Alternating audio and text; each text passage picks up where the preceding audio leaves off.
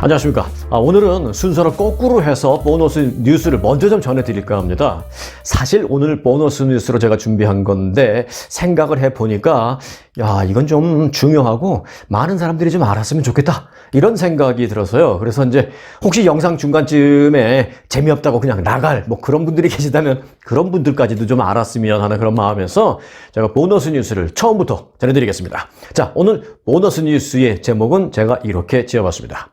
911에 전화해서 짜장면 배달시킨 사연.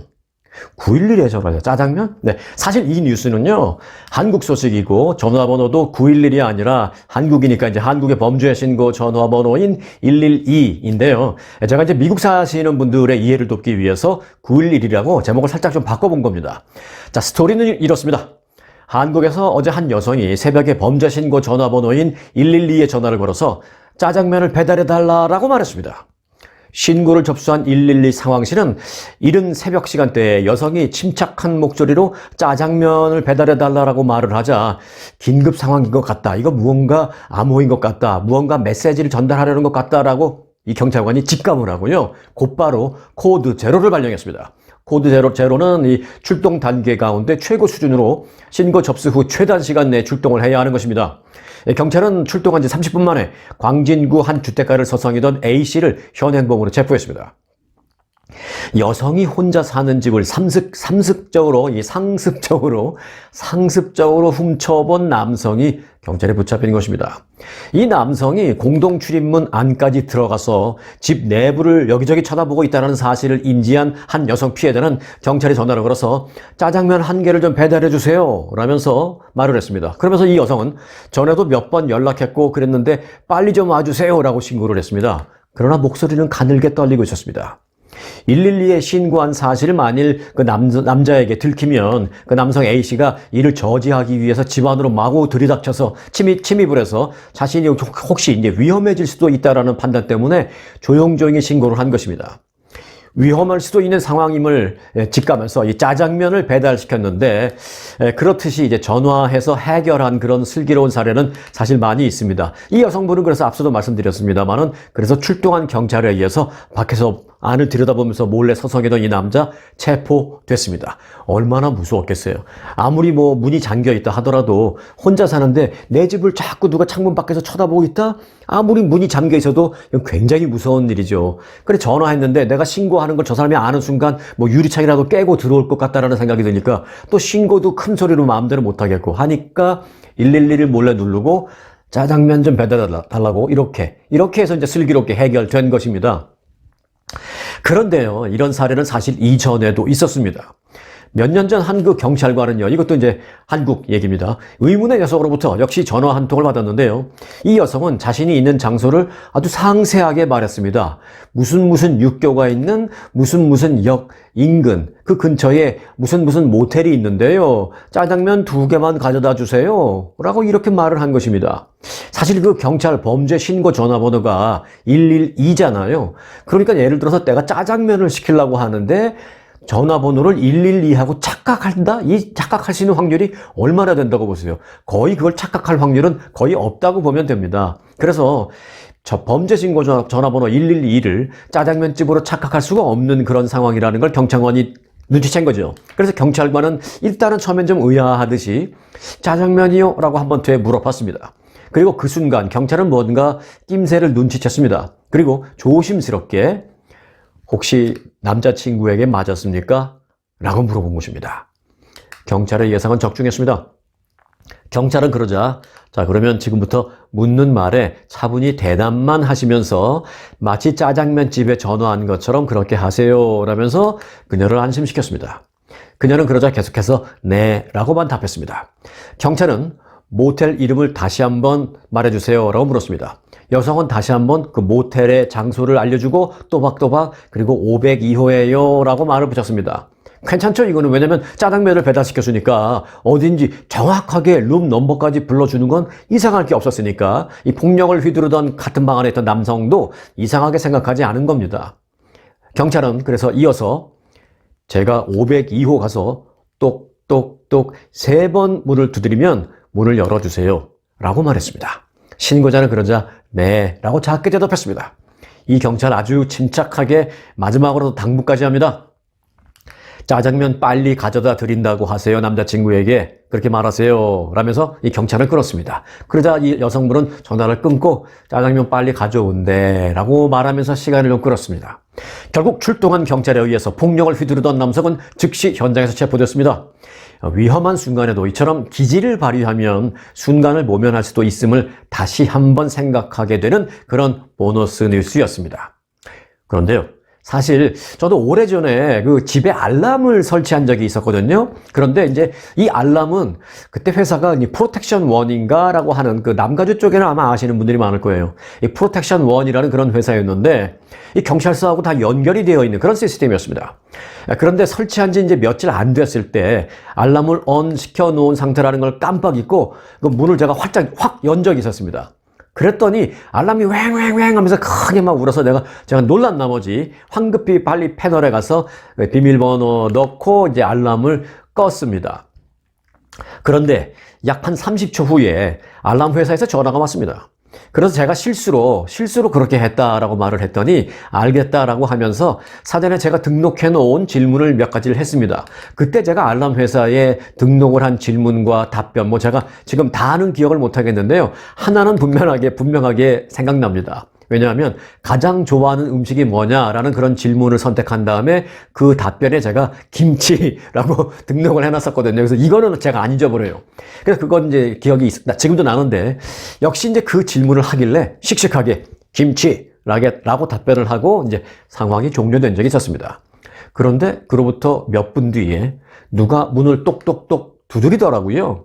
그래서 살짝 내다봤더니 문 밖에 경찰이 와 있었습니다. 문을 열었더니 경찰이 별일 없냐라고 물었고 저는 별일 없다. 잠시 전에 내가 실수로 문을 잘못 열고 그래서 알람이 울었었다라고 했더니 이 경찰관이 알겠다라고 하고 돌아서서 나가려고 하더니 잠깐 서서는 아주 조그만 소리로 그 경찰이 제게 이렇게 말했습니다. 만약에 지금 무슨 일이 있는 거라면 왼쪽 눈을 한번 깜빡하세요. 경찰이 그러더라고요, 저한테. 그래서 제가 웃으면서 진짜 괜찮다라고 했더니 그제서야 경찰이 돌아갔습니다. 그때 그 경찰은 참 그 자기 임무를 지혜롭게 잘하는구나 라는 생각을 제가 했었습니다. 짜장면이 됐든 왼쪽 눈 윙크가 됐든 어떤 순간을 위급하게 알리는 이런 무슨 약속 같은 거는 참으로 좋은 것 같습니다. 자, 그런데요, 여러분도 하나 알아놓으시면 좋은 게 있습니다. 그거는 짜장면도 아니고 윙크도 아니고 제가 오늘 이 시간에 하나 가르쳐 드리겠습니다. 바로 손가락 사인인데요. 내가 지금 위험에 처해 있는 순간이다 또는 내가 지금 도움이 급히 필요하다라는 그런 걸 크게 말할 수 없는 상황이라는 거를 이제 지나가는 사람들에게 몰래 알리는 그런 손가락 사인이 있습니다. 바로 이렇게 하는 겁니다. 이렇게 하는 건데요. 이 엄지손가락을 접은 상태에서 나머지 네 손가락을 접었다 폈다를 반복하는 겁니다. 이건 캐나다의 한 여성이 개발을 해서 알려진 건데 실제로 세계적으로 알려졌다라고 하지만 모르는 사람들이 사실은 더 많이 있습니다. 그런데 실제로요, 이걸로 위험에서 빠져나온 예는 많이 있습니다. 최근에는 지난 2021년 미국에서 한 성인에 의해서 납치당하던 한 소녀가 있었습니다. 이 납치범은 소녀에게 저쪽 길 건너로 이동할 건데 만약 소리치거나 달아날 생각을 한다면 지금 이 옷 속에 있는 흉기로 너를 해치겠다 라면서 소녀의 몸을 딱 감싼 채 이동하고 있었습니다.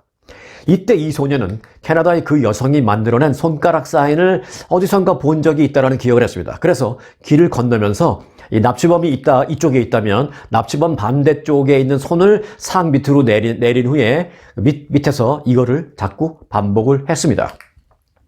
무심코 길을 지나던 사람들 가운데 누군가가 이걸 보고 그냥 지나치지 않았던 것입니다. 그 사람도 이 사인의 의미를 아마 알고 있었던 것 같습니다. 그렇더라 그는 즉시 이상함을 눈치채고 경찰에 신고했습니다. 이 소녀는 그 출동한 경찰에 의해서 다행히도 무사히 위험한 상황을 모면했다라는 극적인 스토리입니다. 자, 알아두시기 바랍니다.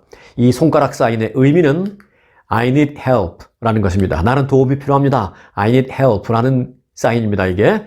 미국에서는 그런 의미다라는 거 이제 다들 기억해 놓으시기 바라겠습니다. 그러니까 또 이거는 이제 기억해야 될 의미가 뭐냐면 정말 위급할 때 나만 몰래 이렇게 사인을 줄 때 해야 되는데 가다가 중간에 걸어가다가 손가락 처리다고 이렇게 막 하시면 안 됩니다. 오해받으실 수 있어요. 네. 자, 이어지는 소식은 이스라엘 사태 관련 속보, 업데이트를 좀 해드리겠습니다. 팔레스타인 무장정파 하마스가 이스라엘에 기습 공격을 감행하면서 촉발된 이 전쟁이 벌써 엿새째 이어지고 있는 가운데 양측의 사상자가 폭증하고 있습니다. 이스라엘이 지상전을 불사하겠다라면서 보복 의지를 재차 천명한 가운데 이번 전쟁 국면에서 처음 시리아에 대한 공습에 나선 것으로 전해졌습니다. 시리아까지도 공격을 하는 거죠.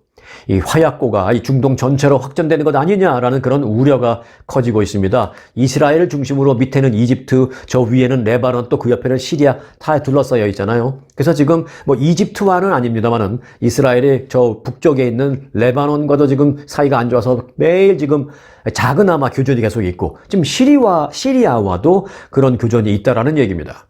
이스라엘 군은 지난 7일 하마스의 목표물을 겨냥한 반격에 나선 이후에 현재까지 폭탄 무려 6,000발을 가자 지구에 투하했습니다. 교전이 날로 격화하는 가운데 현재 이스라엘 측 사망자는 1,300여 명, 부상자는 3,200여 명으로 집계됐습니다. 양측의 사상자는 다 합친다면 이미 10,000명을 넘어섰다라는 현재 보도입니다. 그런데 지금까지의 피해는 어쩌면 지상전이 벌어지기 전에는 소위 우리가 말하는 소위 약과다라는 표현이 가능할지도 모르겠습니다. 진짜 문제는 지상전 발발 때입니다. 지상전이 발발하면 희생자가 엄청나게 나올 전망이기 때문입니다. 지상전이 발발했을 때 어떤 양상으로 전개될지 하는 부분을 지금부터 설명해 드리겠습니다. 자, 지상전이 시작되면 이스라엘 대 하마스의 대결은 아마 이런 양상이 될 것입니다. 이스라엘의 압도적인 공군력과 탱크 전력 그리고 고도의 시가전 훈련을 거친 지상병력 대 지하터널 중심으로 전개될 하마스의 게릴라전, 이렇게 전개될 전망입니다.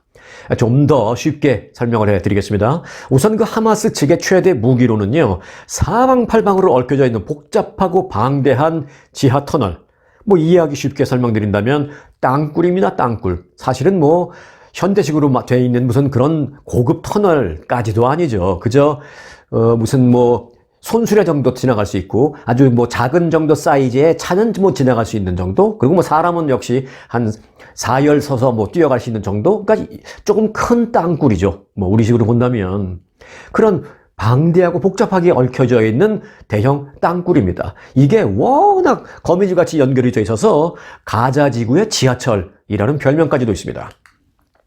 어제도 하마스의 땅굴 내용 상세하게 전해드린 바 있죠, 제가. 자, 그 땅굴의 복잡성은 이스라엘도 이미 알고는 있습니다. 이스라엘군은 지난 2014년 가자 지구에 또 진입을 했었을 때 그 터널 파괴 작전부터 벌인 바 있었습니다. 하지만 이후 하마스는 가자의 지하철로 불리우는 그 지하 터널을 수백 킬로미터 길이의 방대한 터널망으로 추가적으로 구축을 했습니다. 가공할 양의 그 로켓 무기도 그 안에다 축적해 놨습니다. 하마스의 그 땅굴, 즉 지하 터널망의 길이는 무려 480km에 달하고 있습니다. 480km. 상상이 가능합니까? 서울에서 부산까지의 거리가 450km입니다. 그러니까 뭐 이건 물론 거의 직선 거리를 얘기한 거지만 가자 지구의 뭐 이 지하 터널은 거미줄 같은 거지만 그걸 다 연결한다면 서울에서 부산 가고도 남을 정도의 거리, 그렇게 길게 땅굴이 촘촘히 연결되어 있는 것입니다. 깊이도 최대 깊은 곳은 40m 아래에 구축되어 있는 등 이스라엘군의 공습을 상당 부분 피할 수도 있는 것으로 알려졌습니다. 지하 터널망이 가자지구의 온갖 장소와 건물을 거미줄처럼 잇고 있는 데다가 수많은 부비 트랩 등이 설치되어 있어서 사전 정보 없이 마구잡이로 접근을 하면 이스라엘 병력 피해가 불가피할 것으로 보입니다. 이스라엘군이 하마스의 도심 요새에 접근하려면 이런 터널과 또 지뢰, 또 매복 장소 등으로 구성된 여러 겹의 그 방어선 등을 뚫어야 합니다. 뿐만이 아니라 이 과정에서 하마스의 기관총 공격, 또 박격포 공격, 또는 여기저기 숨어있는 저격수들의 공격, 심지어는 자살폭탄 공격 등도 상대해야 합니다. 가자지구 주변에 30만 명의 병력을 집결시킬 이스라엘군은 우선 하마스의 전열을 재정비할 시간을 주지 않기 위해서 지금 공군력으로 계속해서 그 공습을 가하고 있습니다. 그런데 그 공습이 더 심해지는 어느 날이 있을 겁니다, 아마. 갑자기. 그게 아마 지상전이 있기 얼마 전일 것입니다. 때문에 이스라엘 공군이 갑자기 가자지구에 대한 공중 폭격 강도를 급하게 어느 날 올렸다? 갑자기 강도를 세게 올려서 공습이 시작됐다? 하면 곧 지상전이 시작되겠구나 라고 생각하시면 됩니다. 한편 하마스의 지난 7일 기습 공격에서 큰 인명 피해를 낸 그 가자지구 인근 키부츠들이 이제 이스라엘군의 지상군 투입을 준비하는 장소가 되고 있습니다. 키부츠. 이제 앞으로 그 이스라엘 사태 관련 뉴스를 들으실 때 이 키부츠라는 단어가 자주 나올 텐데요. 이 키부츠는 우리말로 보면 집단 농장입니다. 뭐 집단이라는 표현 때문에 좀 부정적으로 느끼실지 모르겠습니다만은 그런 부정적인 의미는 아니고 뭐 그런 단체 농장 뭐 이렇게 볼 수 있습니다. 집단 농장인데 이 이스라엘은 가자지구와의 접경 지역에 이 키부츠를 많이 갖고 있습니다. 이 집단 농장에는 한때 그 사이가 괜찮았을 때, 가자지구 뭐 사람들과 사이가 나름대로 뭐 그런 대로 조금 괜찮았을 때는 이 가자지구 사람들도 좀 넘어와서 농장 일을 하고 또 약간의 돈도 벌어가고 그렇게 하기도 했는데 최근에는 이제 가자지구 사람들은 거의 없고요. 그쪽 사람들보다는 이제 제3국가 사람들이 많이 와서 일을 하고 있습니다. 이 하마스에게 납치된 그 11명의 태국 사람들도 바로 이 키부츠에서 돈을 벌어서 가족에게 송금을 하던 그런 사람들이었습니다. 자, 이제 이 키부츠에는요, 그런데 이스라엘군 병사 수백 명이 지상전 준비를 위해서 집결하고 있습니다. 익명의 한 병사는 솔직하게 말하겠습니다. 난 복수를 바라고 있습니다. 우리는 복수를 위해 지금 전력을 다해 준비하고 있습니다. 라면서 분노에 차 있음을 알렸습니다. 많은 키부츠가 가자지구 국경 근처에 자리 잡고 있다라고 제가 말씀을 드렸죠? 네. 사실 이스라엘은요, 그동안 이들 그 키부츠, 집단 농장을 하마스에 대한 첫 방어 거점으로 간주하고 정부가 안보를 보장한다라면서 이 지역 거주를 좀 권장해 왔습니다. 이스라엘 사람들한테. 그러니까 가자지구하고 너무 국경을 접해 있으니까 이스라엘 사람들이 웬만하면 거기서 안 살으려고 하는 거죠. 그런데 이제 이스라엘 정부 측에서 여기다 집단 농장을 만들면서 우리가 안보를 보장해 줄 테니까 거기 가서 살면서 그 농사도 짓고 좀 그렇게 하세요라고 이쪽으로 많이 보냈습니다. 그런데 그렇게 그 집단 농장을 거기다가 집중적으로 만들어 놓은 이유가 있습니다. 자, 하마스로부터의 공격에 일종의 쿠션 지대 역할을 하는 목적으로 이곳에 일부러 이 키부츠를 집중적으로 만들었습니다. 그런데 이제는 이스라엘이 하마스에 대한 보복 지상전을 위한 군 기지 역할을 하고 있습니다. 이 지역에 주둔한 채 지상전 개시 명령만을 기다리고 있는 한 이스라엘 군인은 이렇게 말하고 있습니다. 저 반대쪽에서 벌어질 일은 얼마 전 우리에게 일어난 일보다 10배는 더 나쁠 것이다 라고 말했습니다. 본인들은 이제 분노에 차서 그런 전의를 다지는 그런 의미로 하는 그런 말입니다만은 참 옆에서 또는 멀리서 듣는 우리들은 정말 안타깝고 정말 걱정되는 그런 상황입니다. 자, 이 이스라엘 사태 소식은 계속 들어오는 대로 제가 업데이트해서 바로바로 빠르게 속보로 전해드리도록 약속을 하겠습니다. 구독 꼭 해놓으시고 속보 놓치지 마시기 바라겠습니다. 자, 이제는 미국으로 좀 들어오겠습니다. 이 미국에 거주하는 아시안 사이에서 무교는 늘고 기독교 비율은 줄고 있다 라는 조사 결과가 나왔습니다. 퓨 리서치 센터가 지난해 미국 내 아시안 성인 7천여 명을 대상으로 설문한 결과 종교가 없다 라고 답한 아시아는 전체 응답자의 32%였습니다. 이는 지난 2012년에 집계된 26%보다 6%포인트 증가한 것입니다. 즉 기독교가 됐든 뭐가 됐든 종교를 갖고 있다가 무교로 전향한 사람, 무교자가 된 사람들이 6%포인트 늘어났다는 것입니다. 같은 기간 아시안의 기독교인 비율은 2012년에 집계된 42%에서 8%포인트 감소했습니다. 이에 비해서 한인의 경우를 좀 보겠습니다. 지금까지는 아시안이었고요. 자, 한인은 59%가 기독교인이다라고 답했습니다. 이는 74%가 기독교인이라고 답한 필리핀계에 이어서 지금 아시안 중에서는 두 번째로 높은 비율입니다. 다만 지난 2012년 조사에서 기독교인이다라고 답한 한인 응답자는 무려 71%로 10년 사이에 12%포인트가 감소한 것입니다. 반면에 종교가 없는 한인의 비율은 지난 2012년 23%에서 11%포인트 증가한 34%로 집계되었습니다. 한인들 가운데 나는 종교가 없습니다 라고 말하는 사람들이 지금은 34%나 된다라는 것입니다. 네, 미국에서 4년제 학사보다는 돈을 더 버는 2년제 준학사들이 인기를 끌고 있다라는 흥미로운 소식 한 가지 전해드리겠습니다. 방사선 치료, 또 간호학과 또는 개축 등을 전공한 2년제 준학사들은 학비가 이 5분의 1에 그치는 데다가 졸업 후에 초봉이 5만에서 많게는 7만 달러 사이나 되고 10년 후에는 10만 달러 이상 벌고 있는 것으로 조사됐습니다. 미국에서는 4년제 대학의 경우에 학비는 천정부지로 오르는 반면에 연봉은 그에 따라가지 못해서 학사학위가 정말 가치가 있는 것인가 의구심을 낳고 있는 상황입니다.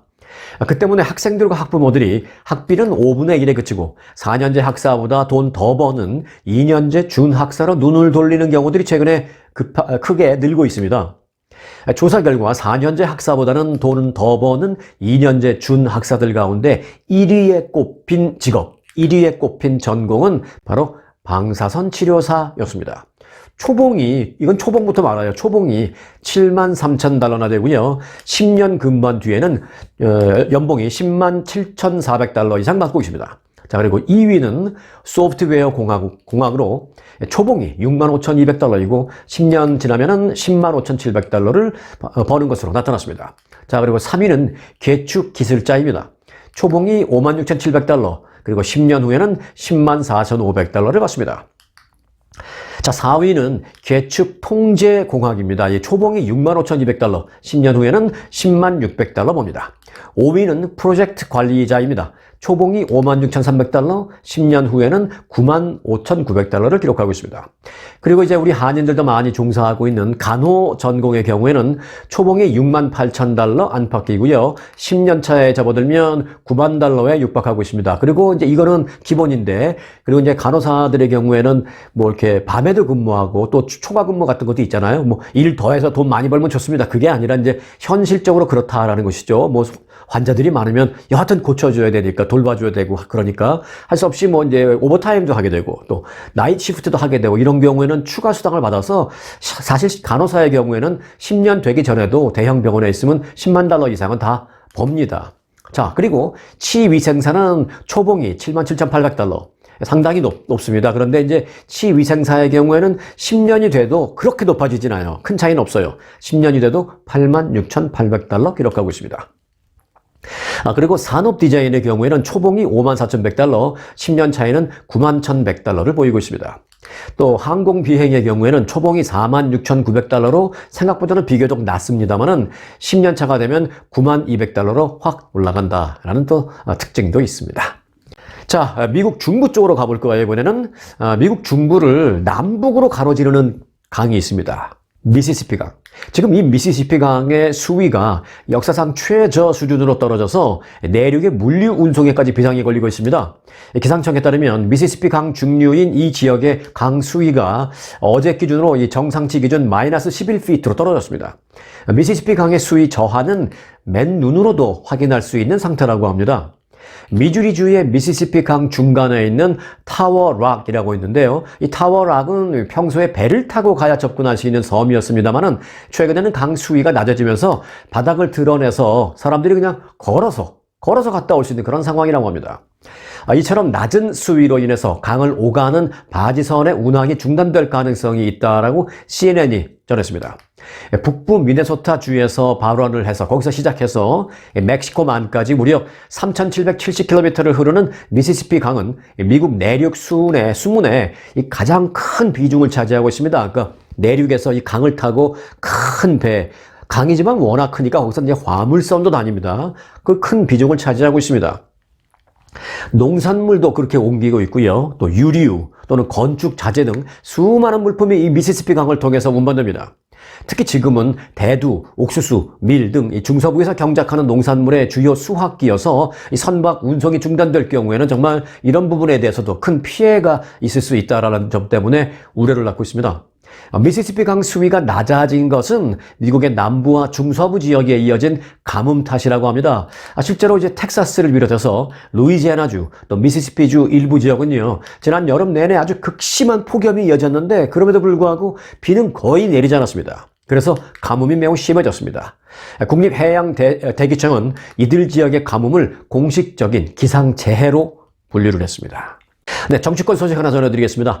연방하원 다수당인 공화당이 차기 하원 의장 후보로 스티브 스컬리스 원내대표를 선출했습니다. 하지만 10명 안팎의 공화당 의원들이 공개적으로 반기를 들면서 이 하원의 혼란 상황이 지금 계속되고 있습니다. 스칼리스 후보는 의원들을 상대로 설득자를 벌이고 있지만 공화당 내에서 5명만 이탈을 해도, 즉 공화당 내에서 이탈표가 5표만 나와도 의결 정족수를 채울 수 없기 때문에 하원 의장 공백 사태가 장기화될 가능성이 제기되고 있습니다.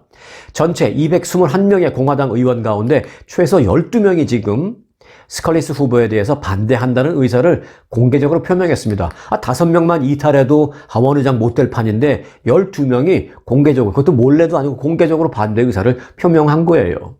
이 5명의 이탈표만 나와도 하원의장이 못 되는데 12명이 이미 공개적으로 반대 의사를 표명했다? 이거는 스칼리스 의원에게는 지금 치명적입니다. 하지만 스칼리스 의원에게도 방법은 있습니다. 서로 나눠 먹기 하는 거죠.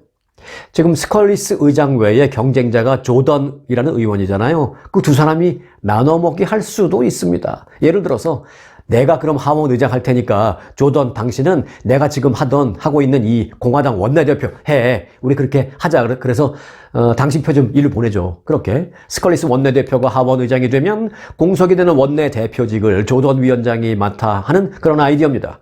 이렇게 합의를 하면서 조던 의원의 지지표를 가져가는 식으로 말입니다. 자, 두 사람의 그 정치적인 성향이 조금 다른 부분이 있기 때문에 가능할지는 모르겠습니다만은 권력을 나눠 먹는다는데 과연 이들이 정책이나 소신 때문에 그걸 마다할까요? 네, 두고 볼 일입니다. 하루 이틀 있으면 알 수 있을 것으로 생각됩니다. 네, 오늘 영상은 여기까지입니다. 오늘도 끝까지 함께 해주신, 그리고 어떤 분은 2번 보셨다는 분들도 계세요. 참 그런 찐 구독자님께는 정말 특급 감사를 드립니다. 그리고 오늘 첫 방문이시면 구독 잊지 마시기 바라겠습니다. 스토리가 있는 뉴스, 송앵커의 스토리 뉴스 마칩니다. 고맙습니다.